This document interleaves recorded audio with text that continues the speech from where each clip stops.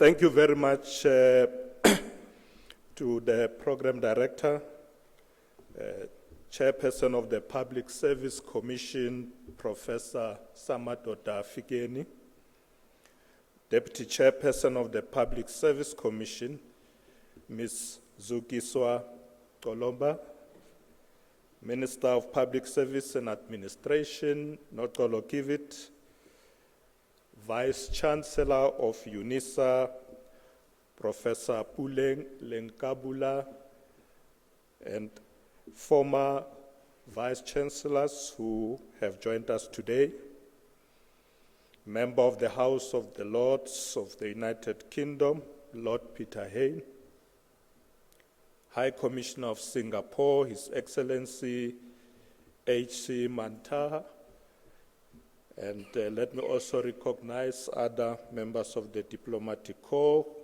who have joined us today. Commissioner of the Public Service Commission, Ms. Ngwenya, Chairperson of the National Anti-Corruption Advisory Council, Professor Firoz Kachalia, United Nations Residence Coordinator, Mr. Mufu. Ladies and gentlemen, it is a privilege to address you on this International Anti-Corruption Day regarding the pervasive scourge of corruption that affects every corner of the world.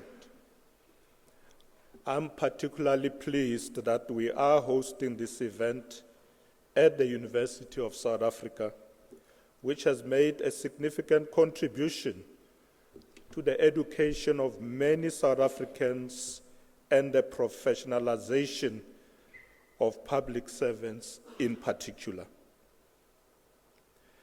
It is imperative for the public sector and the private sector to unite in their dedication to the principle of maintaining good governance, which is founded on ethical behavior, accountability, and transparency. These are the ideals that former President Nelson Mandela, whose 10th anniversary of his passing we commemorated on the 5th of December, believed in and adhered to.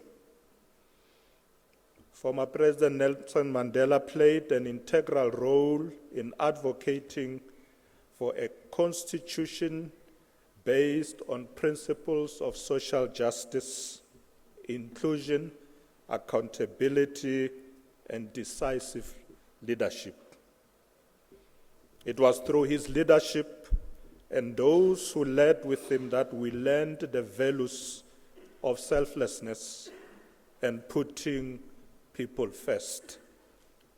Corruption, on the other hand, is based on selfishness and a lack of concern for the majority that one leads. It is on this basis that we should be vigilant in how we address corruption, especially in the public sector. It is a persistent problem that inhibits development, fairness, and equality in our society. Therefore, it is crucial that we all come together under the banner of this year's theme, which is UNCAC at 20, Uniting the World Against Corruption, Anti-Corruption Policies and Programs, how to better collaborate to improve implementation and impact, which acknowledges the challenges we face in combating corruption and calls for a united front. As government, we are dedicated to eliminating corruption and dealing harshly with those who partake in it. As part of our commitment, South Africa signed the United Nations Convention Against Corruption on the 9th of December 2003 and ratified it on the 22nd of November 2004. The ratification of the convention meant that South Africa, as a member state, is responsible for the obligations, amongst others, to promote and strengthen measures to prevent and combat corruption, promote, facilitate, and support international cooperation and technical assistance in the prevention of and fight against corruption, including assets recovery, and also promote integrity, accountability, and proper management of public affairs and public property. Moreover, in the 29 years since the inception of our democracy, South Africa has developed a framework of law, strategy, and institutions with a mandate to combat corruption. We have enacted the Prevention and Combating of Corruption Activities Act, which enhances measures to prevent and combat corruption in both the public and the private sectors. In November 2020, we adopted the National Anti-Corruption Strategy 2020 to 2030, with the objective of creating a South Africa that has the following: an ethical and accountable state, business, and civil society sectors in which those in position of power and authority act with integrity, citizens who respect the rule of law and are empowered to hold those in power accountable, and also zero tolerance to corruption in any sphere of activity and substantially reduce the level of corruption.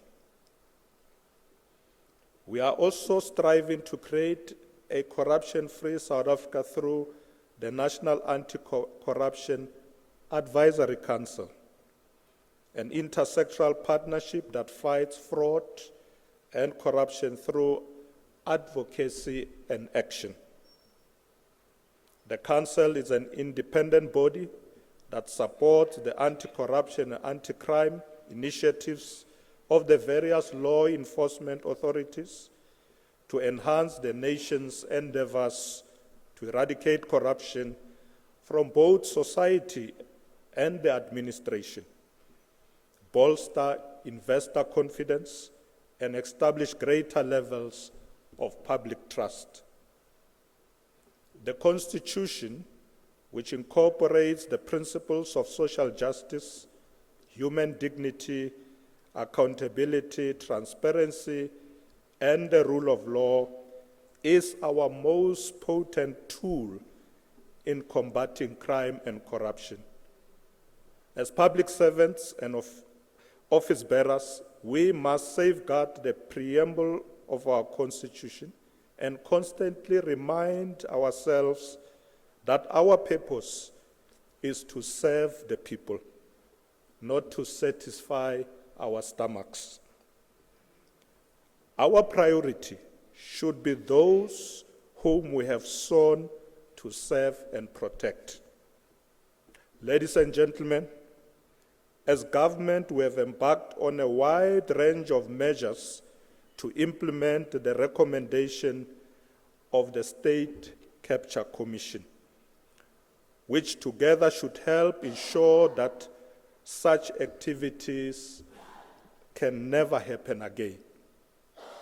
We have also taken steps by amending sections of the Companies Act to require the identity of shareholders of companies and address concerns about tax avoidance and also illicit financial flows.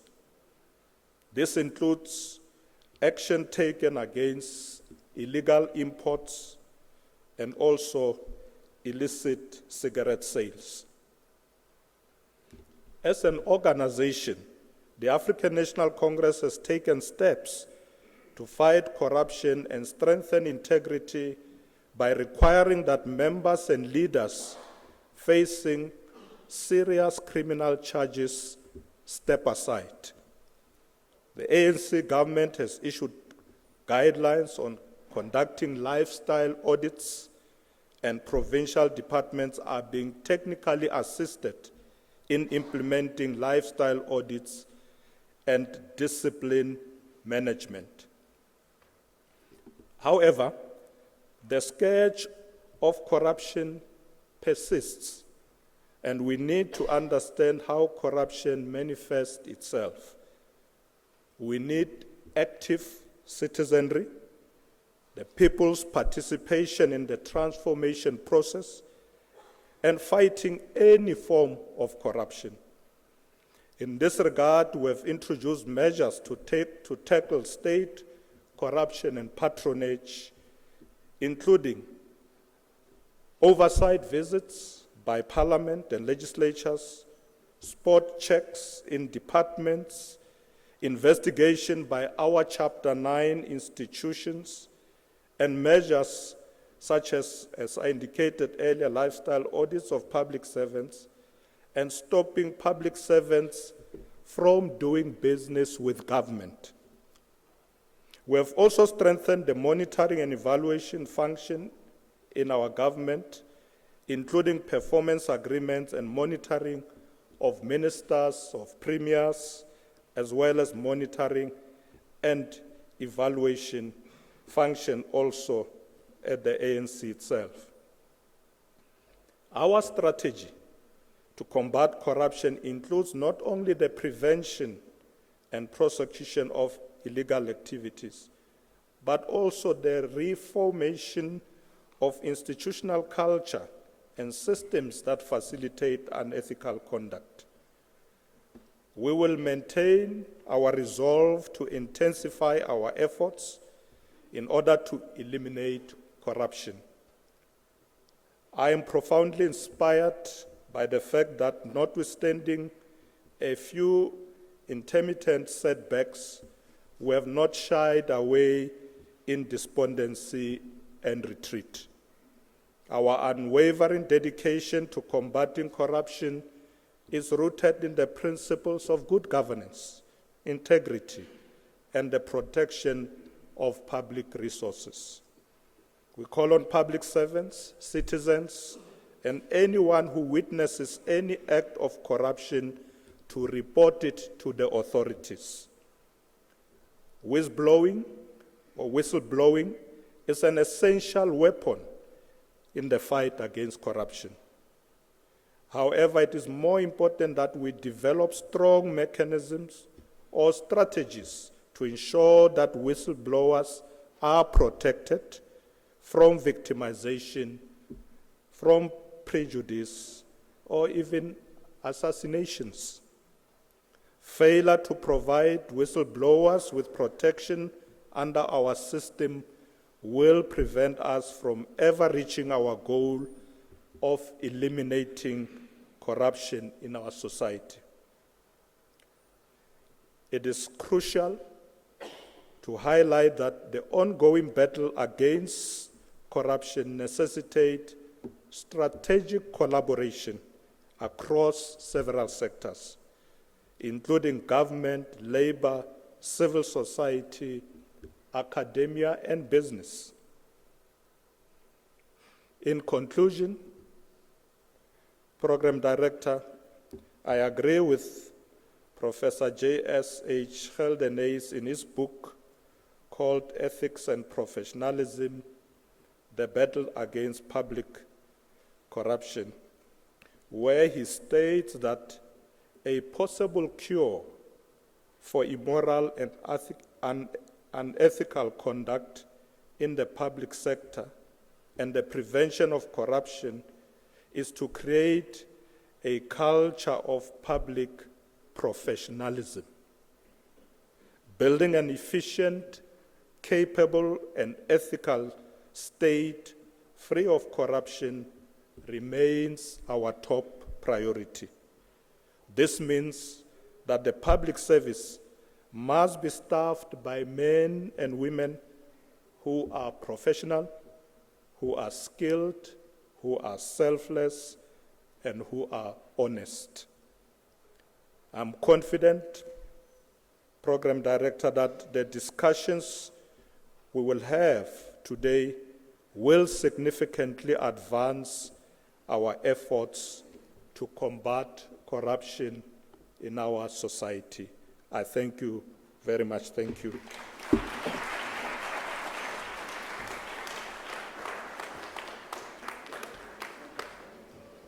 Thank you, Honourable Deputy President. There we have it, the commitment from the highest office, from the Presidency,